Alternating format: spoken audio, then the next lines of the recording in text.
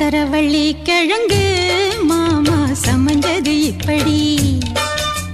சக்கரவள்ளி கிழங்கு மாமா சமஞ்சது இப்படி.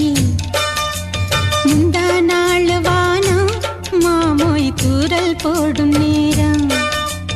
ஊதா பூவ போல பூத்து உக்காந்தேன்னு போறான். அது எப்படி எப்படி சமஞ்சது எப்படி